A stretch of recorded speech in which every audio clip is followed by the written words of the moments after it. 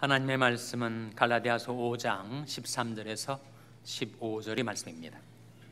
형제들아, 너희가 자유를 위하여 부르심을 입었으나 그러나 그 자유로 육체의 기회를 삼지 말고 오직 사랑으로 서로 종노릇 하라. 온 율법은 내 이웃사랑이를 내 몸같이 하라 하신 한 말씀에 이루었나니. 다 같이 읽으시겠습니다. 만일 서로 물고 먹으면 피차 멸망할까 조심하라. 아멘. 할렐루야. 저희 평강의 복을 기원하는 마음으로 샬롬 인사 나누시기 바랍니다. 샬롬. 샬롬. 오늘도 우리 아가페 찬양대가 서로 사랑하라 하신 예수님의 계명을 우리에게 상기시키는 귀한 은혜로운 찬양을 잘 불러주셨습니다. 내일 모레가 미국 독립기념일이죠. Independence Day, 4th of July라고 하는 7월 4일입니다. 241주년이라고 하죠. 미국이 영국으로부터 식민 통치를 받다가 자유를 위하여 독립 전쟁을 치르게 됩니다. 그래서 촉발했던 것이 1770년에 소위 말하는 보스턴 매사커, 보스턴 학살 사건. 그 이후로 5년 후인 1775년에 미국 독립 전쟁이 발발을 해서 그 이듬해 1776년에 미국이 독립을 선언하게 되죠. 그리고 그 독립전쟁은 8년을 계속해서 1783년에 전쟁이 끝나게 됩니다. 자유를 위하여 독립을 선언하고 전쟁을 치르게 되었죠. 불의한 국가 권력, 당신은 영국을 말하는데 그 국가 권력의 억압과 예속에서 자유를 선포하고 추구하게 된 것입니다. 그래서 오늘날 우리가 아는 바로 우리가 살고 있는 이 미국을 낳게 된 것이죠. 인간에게 있는 가장 고귀한 갈망이 있다면 그것은 자유를 향한 갈망일 것입니다. 인간이 정말 견딜 수 없는 고통은 바로 억압과 예속일 거예요. 오늘 본 말씀인 갈라디아서에서는 국가 권력의 예속이 아니라 종교 권력의 예속에서 사람들이 신음을 했습니다. 율법주의라는 형태로 구약 성경에 나온 618가지의 그 계명들로 사람들을 얽어매고 그 조문에 의해서 사람들을 지배하려는 종교적인 예속 상태에서 그리스도께서 너희를 자유케 하려고 자유를 주셨으니 그러므로 굳세게 서서 다시는 종의 멍에를 매지 말라 하셨을 때 그 종의 멍에는 율법주의 멍에를 가리키죠. 국가 권력에 의한 예속이든 종교 권력에 의한 예속이든 사람들은 억압과 예속을 가장 고통스러워합니다. 감옥에 갇힌 경험을 가진 분들이 혹시 계십니까? 인간이 영의 몸이 되었다면 그것보다 더 슬프고 괴로운 일은 없을 거예요. 저는 감옥에 간 경험은 없지만 비슷한 경험을 한 적이 있습니다. 군대 경험을 그렇게 했습니다. 3년 3개월이 군 복무기간 동안에 맨 처음에 14주 동안 훈련을 받았어요.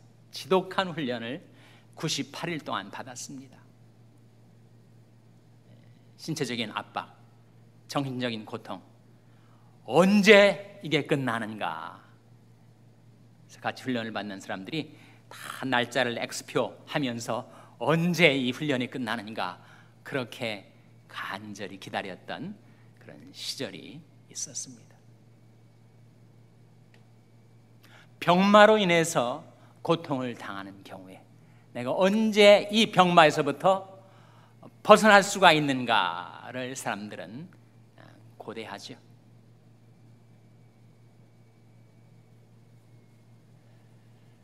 감옥이나 병마의 경험뿐만 아니라 우리 마음속에 있는 여러 가지 감정들에 우리가 억압을 당하고 괴로워할 때가 있습니다.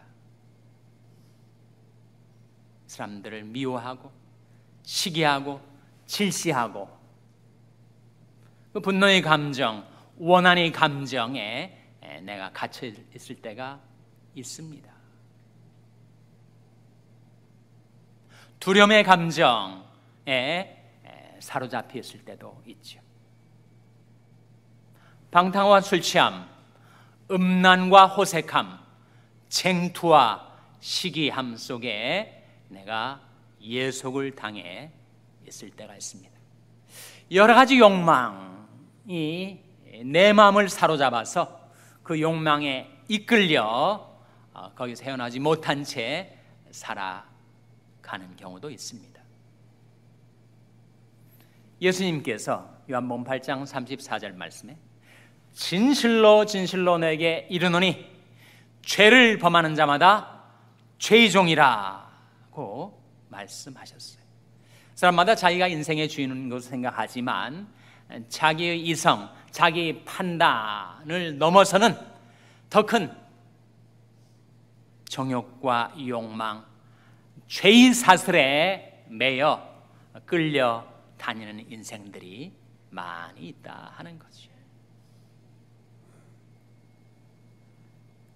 과연 하나님께서는 우리를 사랑하셔서 자유를 주려 하실 때 어떻게 자유를 주셨는가? 그리고 그 자유는 무엇을 위해서 주신 것인가 하는 것을 하나님 말씀을 통해서 함께 생각해 보겠습니다. 과연 인간이 자기를 얽어매고 있는 온갖 죄악의 사슬들로부터 스스로를 자유케 할 수가 있는가? 불가하다는 거예요. 죄를 범하는 자마다 죄의 종인데 어떻게 스스로의 힘으로 거기서 자유케 될 수가 있을까요? 오직 우리 인간을 죄의 속박에서 자유케 하실 분은 예수밖에 없습니다. 요한복음 8장 36절 말씀에 그러므로 아들이 너희를 자유케 하면 너희가 참으로 자유하리라. 아들은 물론 하나님의 아들 구세주 우리 주 예수 그리스도를 가리키는데 예수님 밖에는 나를 얽어매고 있는 죄의 속박으로부터 자유케 하실 분이 없다는 거예요.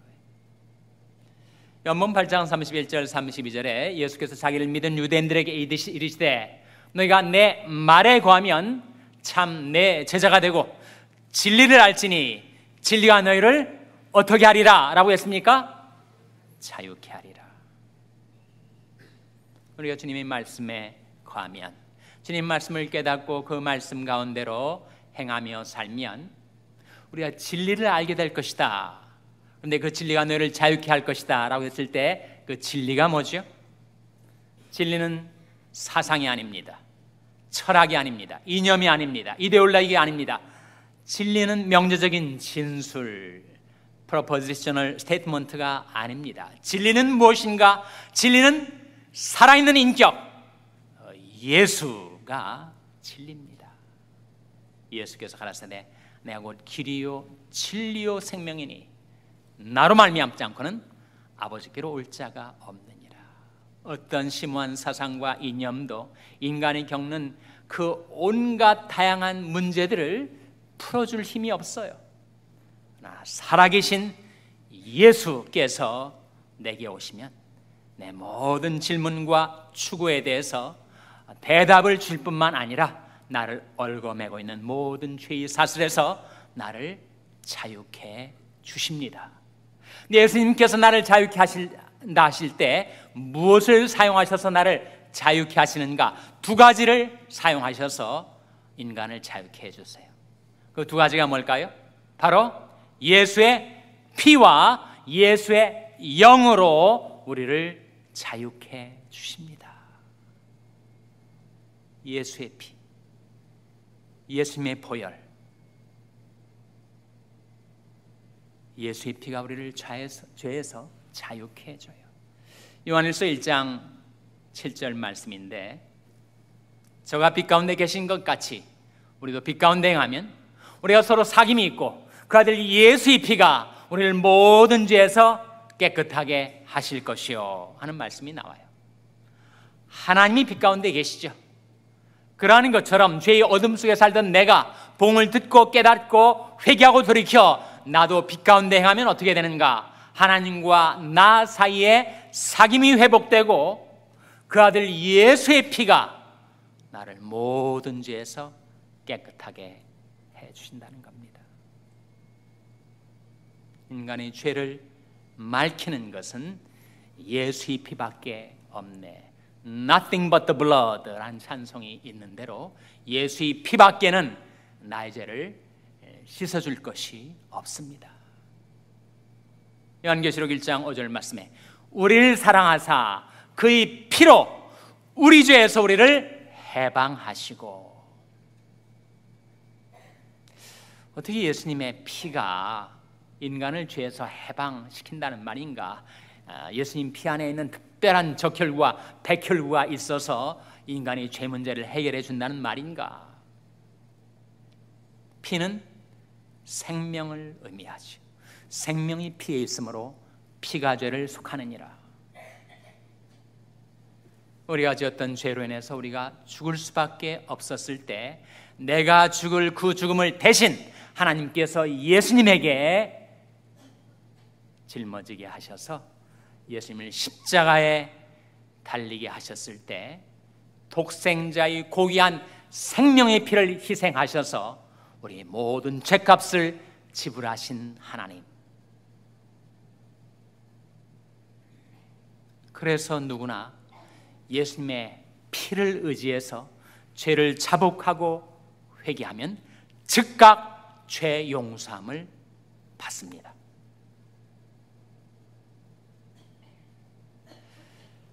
예수님께서 나를 죄에서 자유케 하실 때 죄는 한번 지으면 그 죄의 관성이 내 속에 들어와서 계속 그 죄를 짓게 만들고 그 죄가 사슬처럼 나를 사로잡아 온갖 죄악의 구렁텅이로 이끌고 다닙니다.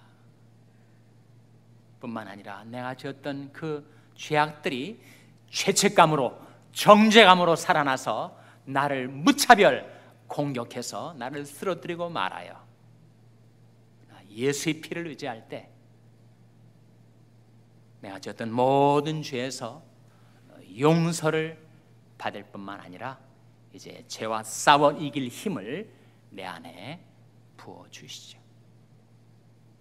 둘째로 예수님께서 나를 죄에서 자유케 하신다 하셨을 때 무엇으로? 바로 예수의 영으로 나를 자유케 하십니다. 고린도서 3장 17절 말씀에 주는 영이시니 주의 영이 계신 곳에는 자유함이 있느니라. 성령이 오셔야 우리가 죄에서 자유케 되죠. 그래서 예수의 피와 예수의 영, 보혈과 성령의 관계는 어떤 관계일까요, 여러분? 무슨 관계겠습니까? 밀접한 관계겠죠. 어떻게 밀접하게 연관이 되는 것입니까? 예수의 피가 뿌려지지 않고는 예수의 영이 보내지지 못합니다. 요한복음 7장 39절 말씀에 예수께서 아직 영광을 받지 아니하신 거로 성령이 아직 저에게 계시지 아니하시더라. 예수님이 십자가에 보혈이 흘려지기 전에는 성령이 우리에게 보내어지지 못하였었습니다. 그러나 그리스도께서 십자가에 달리시고 보혈을 흘리시자 비로소 성령이 우리에게 보내졌습니다. 유월절이 있고 나서야 오순절이 있게 된 것이죠. 하나님께서 저와 여러분 우리 한 사람 한 사람에게 성령을 보내주시게 된 것은 예수님의 보혈의 공로가 있었기 때문이었습니다. 뿐만 아니라 보혈과 성령의 관계는 사실 예수님의 보혈이 2000년 전에 십자가에서 흘려진 거 아니에요? 까마득한 고대의 사건 아닙니까? 그것도 한국 땅도 아니고 우리가 살고 있는 미국 땅도 아니고 팔레스타인 땅, 이스라엘 땅에서 흘려진 예수님 보혈하고 나하고 무슨 상관이 있는가? 너무 시공간에 엄청난 간격이 있지 아니하는가? 근데 그 시공을 초월해서 예수님의 그 피를 지금도 내 영혼, 내 마음에 발라 내 죄를 씻어주시는 분이 바로 성령이시라는 거예요. 성령은 시공을 초월하신 영원하신 하나님의 영이시기 때문에 2000년 전에 하나님께서 장만해 놓으신 구속의 효력을 지금도 우리 한 사람 한 사람에게 전달해 주시고 내 영혼에 적용해 주시는 분이 바로 성령이시라 하는 겁니다. 그래서 예수님의 피는 생명의 피고 예수님의 영은 생명의 영이십니다. 로마서 8장 이것을 보여주고 있지 않습니까? 그러므로 이제 그리스도 예수 안에 있는 자에게는 결코 정죄함이 없나니 이는 그리스도 예수 안에 있는 생명의 성령의 법이 죄와 사망의 법에서 너를 해방하였습니다. 성령을 가리켜서 생명의 성령이라는 말씀이 나와요. 그래서 인간을 사로잡는 그 죄악에서 우리를 자유케 해주시고 생명을 주시는 것은 바로 예수님이신데 예수님께서 나를 죄에서 자유케 하시기 위하여 사용하신 두 가지, 예수의 영, 예수의 피, 바로 보혈과 성령으로 나를 자유케 주신 겁니다. 내게 자유를 주신 뜻이 무엇일까요? 왜 하나님께서는 독생자의 고귀한 생명을 희생시키시면서까지 나를 죄에서 자유케 주신 것일까요? 자유를 주신 뜻이 바로 오늘 본 말씀 갈라디아서 5장 13절에 나와 있습니다. 13절 말씀 다 같이 읽으시겠습니다. 갈라디아서 5장 13절 말씀 같이 읽습니다. 시작. 형제들아, 내가 자유를 위하여 부르심을 입었으나 그러나 그 자유로 육체의 기회를 삼지 말고 오직 사랑으로 서로 종노릇하라. 이 말씀 가운데 자유를 주신 뜻이 뭐라고요? 바로 사랑하며 살라고.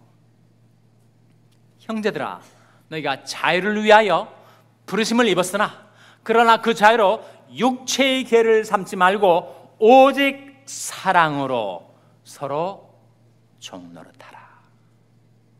우리에게 자유를 주신 것은 사랑하며 살라고. 정말 그렇지 않겠습니까? 내 안에 여러 가지 욕망이 들어와서 내가 욕심에 사로잡혀 있다면 어떻게 남을 사랑할 수가 있겠어요?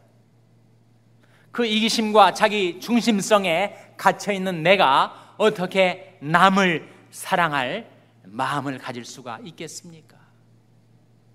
자유케 되어야 사랑할 수가 있게 되는 것이죠.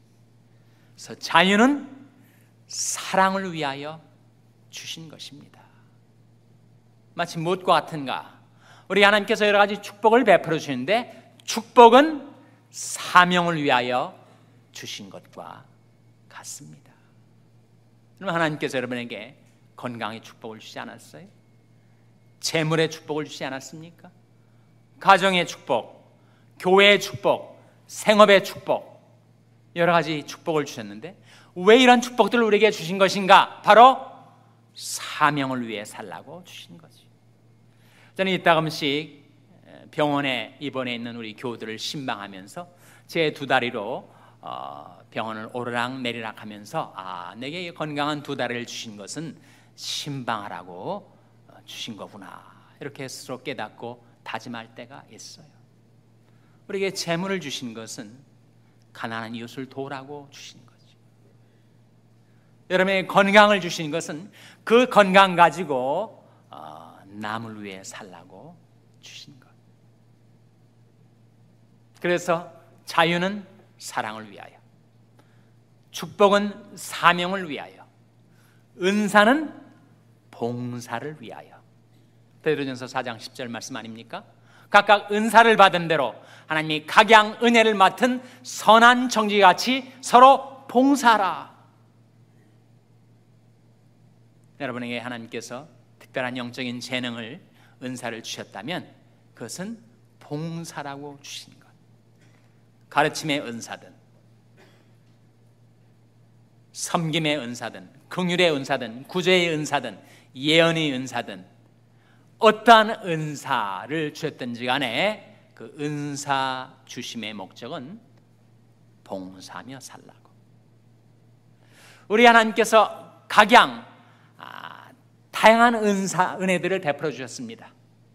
내 죄를 용서해 주시고, 내 모든 병을 고쳐주시고, 내 생명을 파멸해서 구속해 주시고, 내가 행한 대로 내게 갚지 아니하시고 오히려 인자와 긍휼로 관을 씌워주시고, 그저 내 마음에 생각만 했는데도, 내 마음에 소원만 품었는데도 그 소원과 생각을 만족해 하셔서 내 인생을 새롭게 해주시는 각양 다양한 은사, 은혜들을 베풀어 주신 은혜 주심의 목적은 뭐예요? 하나님의 영광을 위해서 살라고. 그래서 자유는 사랑을 위하여 주신 것입니다. 축복은 사명을 위하여 주신 것입니다. 은사는 봉사를 위하여 주신 것입니다. 은혜는 영광을 위하여 주신 것입니다. 고린도전서 9장 19절에 보면 사도 바울이 이렇게 얘기를 했어요. 내가 모든 사람에게 자유하였으나 스스로 모든 사람에게 종이 된 것은 더 많은 사람을 얻고자 함이라. 자유가 모든 사람, 모든 것에서 자유케 된 자유인이라는 거예요. 근데 하나님께서 내게 이 고귀한 자유의 선물을 주신 것을 내가 스스로 반납하여 내가 모든 사람에게 자원적으로 종이 되어 사랑하며 살게 된 것은 더 많은 사람들을 얻기 위함이라고 간증하고 있습니다. 미국 독립 기념일을 맞이하면서 다시 한번 우리에게 주신 은총의 자유, 자유 주신 뜻이 무엇인가? 형제들아, 너희가 자유를 위하여 부르심을 입었으나 그러나 그 자유로 육체의 기회를 삼지 말고 오직 사랑으로 서로 종노릇하라.